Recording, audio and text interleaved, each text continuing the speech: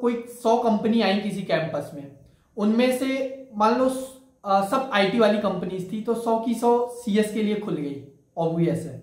फिर उसमें से मान लो 98 ईसीई, डबल ई और मैथमेटिक्स के लिए खुली थी।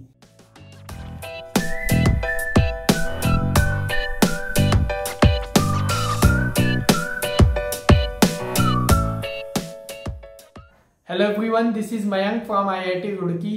तो यार, आप लोगों का फाइनली एग्जाम ओवर हो गया है।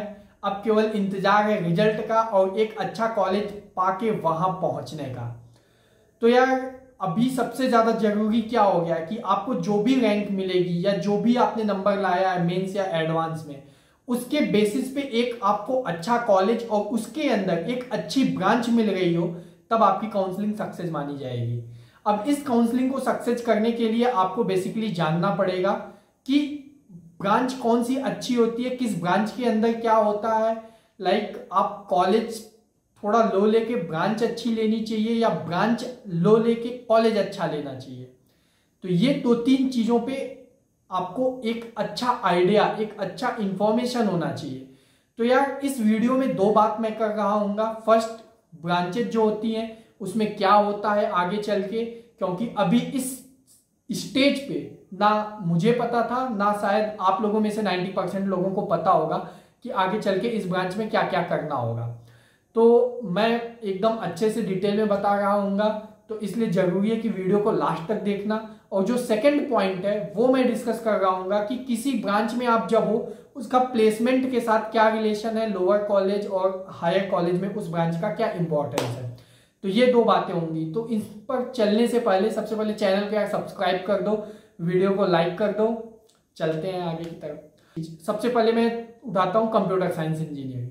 यार देखो, कंप्यूटर साइंस इंजीनियरिंग में आपको most of the time programming और उसके साथ साथ मैथमेटिक्स, इन 2 चीज़ों पे पूरा कोर्स होगा। यानी एक अच्छा खासा, अगर आपको मैथमेटिक्स में इंटरेस्ट है और प्रोग्रामिंग में इंटरेस्ट है, तो कंप्यूटर साइंस इंजीनियरिंग आपके लिए बेस्ट चॉइस है, और अगर आपकी रैंक है तो। सेकेंड नंबर पे बात कर रहा हूँ इलेक्ट्रॉनिक्स एंड कम्युनिकेशन इंजीनियरिंग।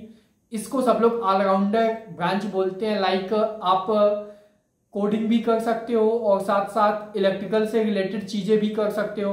तो बेसिकली इसमें भी programming plus electrical plus mathematics जैसा कॉम्बिनेशन होता है, तो काफी अच्छा, इसीलिए इसको ऑलराउंडर माना जाता है। नेक्स्ट ब्रांच है इलेक्ट्रिकल इंजीनियरिंग। अब नाम से लगा, इसमें मैथमेटिक्स और इलेक्ट्रिकल इंजीनियरिंग ये 2 चीजें होती हैं। फिर उसके बाद नंबर आता है एक मैथमेटिक्स कंप्यूटिंग या अप्लाइड मैथमेटिक्स बोल सकते हो उसको। उसमें आपकी प्योर मैथमेटिक्स प्लस प्रोग्रामिंग हल्का फुल्का होता है। लाइक अप्लाइड मैथमेटिक्स में ऐसा होता है, मैथमेटिक्स कंप्यूटिंग में भी दोनों आधा आधा होते होंगे। नेक्स्ट है मैकेनिकल इंजीनियरिंग। आप अपने 11th में चैप्टर पढ़े होंगे लाइक इलास्टिसिटी वाला, जिसमें स्ट्रेस स्ट्रेन। तो बेसिकली 40% चीजें जो मैकेनिकल इंजीनियरिंग में है वो स्ट्रेस स्ट्रेन पे डिपेंड कर रही होंगी। साथ साथ आपके मैकेनिक्स फुल इन्वॉल्व हो गई होगी, कई कोर्सेज ऐसे होते हैं। साथ साथ आपके थियोरेटिकल सब्जेक्ट्स भी इसमें होते हैं, मैन्युफैक्चरिंग वाले 2-3 कोर्सेज होते हैं उनके। उसके साथ साथ आपको थर्मो का भी बहुत ज़्यादा एप्लीकेशन यहाँ पे मिलेगा। यानी जो आपने 11th में थर्मो फिजिक्स केमिस्ट्री में पढ़ रखी है, तो वो उससे बहुत आगे तक का थर्मो इधर होता है। और उसके साथ साथ मैथमेटिक्स का 1-2 कोर्स होता है जो कि सब ब्रांचेज में होता है, तो कॉमन वाला ही होता है। नेक्स्ट ब्रांच पे चलें तो केमिकल इंजीनियरिंग। उधर भी आपको थर्मो, फ्लूइड और थोड़ा उनके इंडस्ट्री से रिलेटेड चीजें होती हैं। बाकी सिविल में आपको स्ट्रेस स्ट्रेन, फ्लूइड ये सब मिल जाएगा। और जैसे जैसे अब आप और नीचे की तरफ जाते जाओगे, लोअर ब्रांचेज की तरफ, लाइक यार कोई ब्रांचेज लोअर या अपर नहीं होती, बट अभी जो ऐसे चलता है कि कट ऑफ के हिसाब से हम लोअर अपर बोलते रहते हैं, तो उस हिसाब से ही मैं बोल रहा हूँ, कोई अपने दिल पे मत लेना। तो लोअर ब्रांचेज की तरफ चलते जाते हैं तो जो मैथमेटिक्स होता है वो थोड़ा थोड़ा कम होता जाता है एंड थियोरेटिकल पार्ट बढ़ते जाते हैं। आई गेस आप लोगों को एक मोटा मोटा आइडिया लग गया कि ब्रांचेज में क्या होता है। अब यार, अब आप पूछोगे कि भैया ब्रांच का तो पता चल गया, लेकिन बीच बीच में ये भी डाउट आता है कि मुझे ये ब्रांच मिल गई होगी कि नहीं, मुझे ये कॉलेज मिल रहा होगा कि नहीं। तो उसके लिए मैं अपने पिछले वीडियो में भी बता चुका हूं और इस वीडियो में भी बता रहा हूं कि शिक्षा समाधान ऐप आप लोग डाउनलोड कर सकते हो। डिस्क्रिप्शन में उसकी लिंक दिया गया है और उसमें कैसे आपको कॉलेज प्रेडिक्ट करना है, जो कि बिल्कुल फ्री वाली चीज है, उसको दिखाता हूँ आप लोग कैसे उसको यूज कर सकते। लाइक अभी आपको दिख रहा होगा स्क्रीन पे, तो इधर अपने पास जोसा सबसे पहला सेक्शन है, उधर हम जा सकते हैं। जोसा में जाने के बाद नीचे नीचे साइड ये जो काउंसलिंग टूल है, इसमें आपको कॉलेज प्रेडिक्टर दिख रहा होगा, इस पे क्लिक करते हैं अपने कॉलेज रैंक के हिसाब से कॉलेज को प्रेडिक्ट। तो ऑलरेडी यार जैसे कि फिलअप वाले में सेक्शन में आया मैं, तो मेरा देख लो, मैंने कैटेगरी जनरल और state of eligibility Uttar Pradesh, JEE advance में जो मेरी रैंक थी उसको मैंने एंटर कर दिया, जेई मेंस की रैंक को एंटर किया हुआ है। फिर मैं सबमिट करता हूँ। इसको सबमिट करने के बाद मुझे वो सारे कॉलेजों की लिस्ट आ गई है जिसमें मुझे कोई भी ब्रांच मिल रहा हो। अगर एक ही ब्रांच मिल रहा है तब भी वो कॉलेजों की लिस्ट मेरे सामने आ गई होंगी। उसमें से जो राइट साइड में इमोजीज दिए हुए हैं, आप उसकी भी मीनिंग समझ सकते हो कि लाइक अगर ग्रीन इमोजी है तो मतलब 90% चांसेस है कि उसमें आपको मिलेगी ही सीट। अगर येलो साइड करके कंफ्यूजन वाला तो 50-50% चांसेस है, रेड है तो कोई चांस नहीं है। तो इमोजी से यार गेस कर सकते हो, मेरे को लगभग सब कॉलेजेस मिल गए हैं। अब लाइक मान लो मैं चलता हूँ कोई कॉलेज उठा लेता हूँ, उठाना है तो अच्छा कॉलेज उठाता हूँ, आईआईटी बॉम्बे मान लो, ठीक है। मैंने आईआईटी बॉम्बे को चेक करना है, मैं आईआईटी बॉम्बे वाले को ओपन किया। अब इधर देखो दिखा रहा है जो मतलब ब्रांचेज है, एरोस्पेस में उसको डाउट है नहीं मिल रही होंगी, बीएससी मैथमेटिक्स ये भी नहीं मिल रही है, केमिकल इंजीनियरिंग भी नहीं मिल रही, केमिस्ट्री, सिविल इंजीनियरिंग और environmental science, metallurgy, material and metallurgical engineering, ये इतनी चीजें मुझे मिल रही थी। अब उसके साथ साथ एक और चीज है, अगर ये जो ऊपर आपको एक बटन दिख रहा है उस पर लाइक राइट में टॉप पे उस पर क्लिक करने के बाद ये बता देगा कि राउंड में कितने क्लोजिंग रैंक की कट ऑफ क्या थी, तो उधर से आपको वो चीज भी मिल जाएगा। तो यार ये काफी अच्छा टूल है और बिल्कुल फ्री है, आप लोग इसको इजीली यूज कर सकते हो अपने काउंसलिंग के समय में, और आपकी आधी काउंसलिंग यही खत्म हो जाती है। अब उसके साथ साथ अब इनका एक खुद का जो काउंसलिंग सपोर्ट सिस्टम है वो काफी अच्छा है। लाइक ये जो कॉम्प्लेक्स प्रोसेस है उसमें ये एक अच्छा एक्सपीरियंस्ड काउंसलर आपको प्रोवाइड करवाते हैं, जो कि आपको असिस्ट करता है जब तक आपको एक अच्छी सीट अच्छे कॉलेज में मिल नहीं जाती है।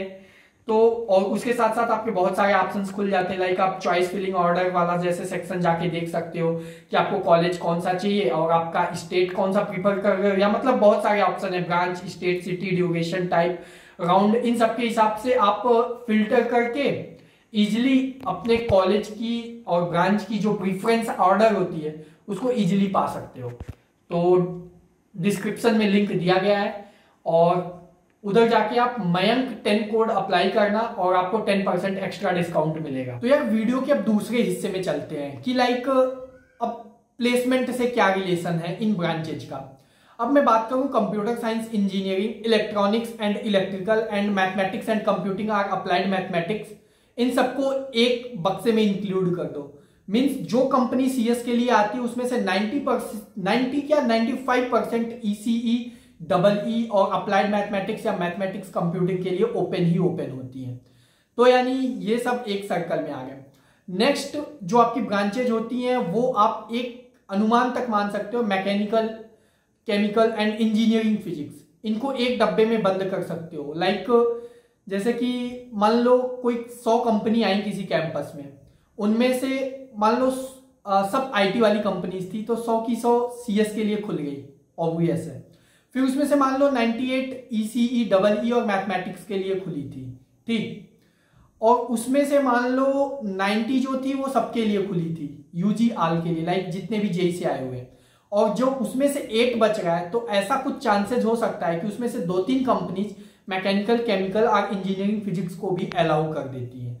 तो एक जो बैंडविड्थ बन रहा है आपका वो CS, ECE, double E, mathematics 4 का एक अलग बैंडविड्थ, फिर उसके बाद मैकेनिकल, केमिकल, इंजीनियरिंग फिजिक्स एक अलग बैंडविड्थ, फिर उसके बाद से जो जितनी भी ब्रांचेज बच रही हैं उनका एक अलग बैंडविड्थ।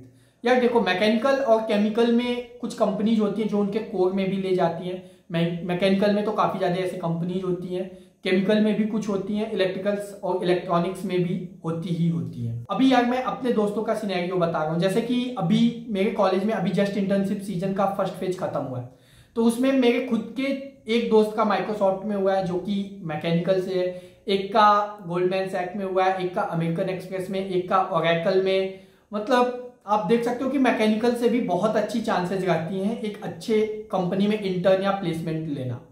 बट आप अगर इंटरेस्टेड नहीं हो कोडिंग में तो, और फिर भी आप चाहते हो कि आपका कुछ पैकेज लग जाए 15 लाख 16 लाख 17 लाख वाली 20 लाख वाली, तो उसके लिए आप प्लीज ट्राई करो इलेक्ट्रिकल या इलेक्ट्रॉनिक्स मिल जाए। बिकॉज अगर उधर आपकी कोडिंग स्किल थोड़ी कम भी है ना, फिर भी कंपनी आपको प्रीफर करती है compare to mechanical civil chemical. तो इसलिए आपको एक ये चीज करना है कि मतलब आप समझ गए होंगे कि लाइक अगर आपको 1 करोड़ या 50 लाख वाले से मतलब नहीं है, जस्ट ये है कि मैं थोड़ा कॉलेज लाइफ एंजॉय कर लूं एंड एक अच्छा खासा प्लेसमेंट हो जाए 15-20 लाख तक वाला, तो आप कोई ऐसा कॉलेज चुनो जिधर आपको इलेक्ट्रिकल और इलेक्ट्रॉनिक्स ऐसे कुछ ब्रांचेज मिल रहे हैं जिनको सर्किटल ब्रांचेज बोला जाता है। और कुछ लोग ऐसे होंगे जिनको लग रहा होगा कि मैं किधर भी जाऊं मैं तो बहुत बड़ा कोडिंग करता हूं, मैं कोडिंग ही करता रहूंगा, कुछ भी पढ़ाया जाए कोई मतलब नहीं।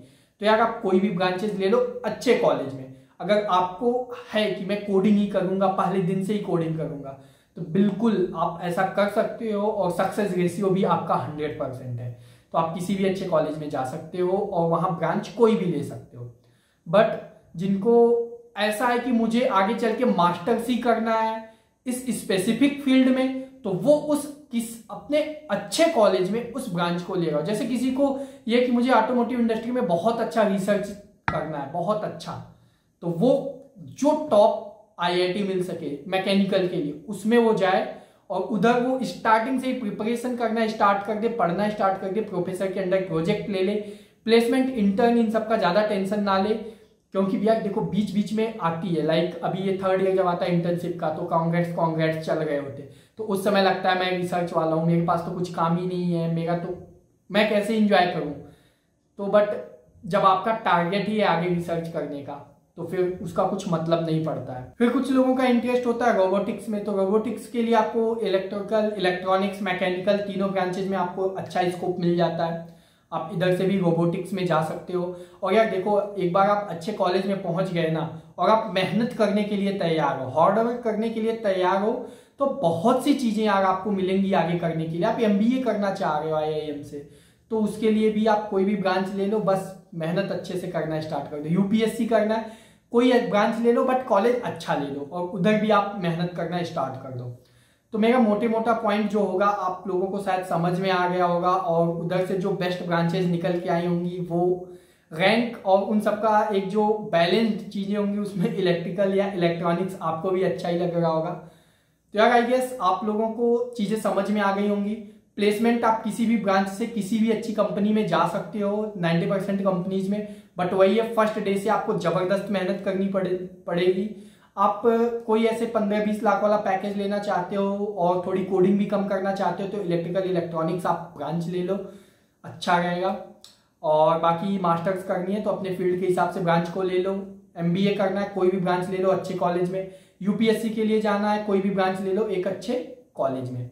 वीडियो अच्छी लगी हो तो यार प्लीज शेयर करना अपने दोस्तों के साथ, चैनल को सब्सक्राइब करके रखो। अभी आपको काउंसलिंग के टाइम कोई भी दिक्कत आए तो आप इंस्टाग्राम पे मुझे फॉलो कर लो और उधर मैसेज करके डाउट को क्लियर कर सकते हो। मिलते हैं नेक्स्ट वीडियो में, बाय।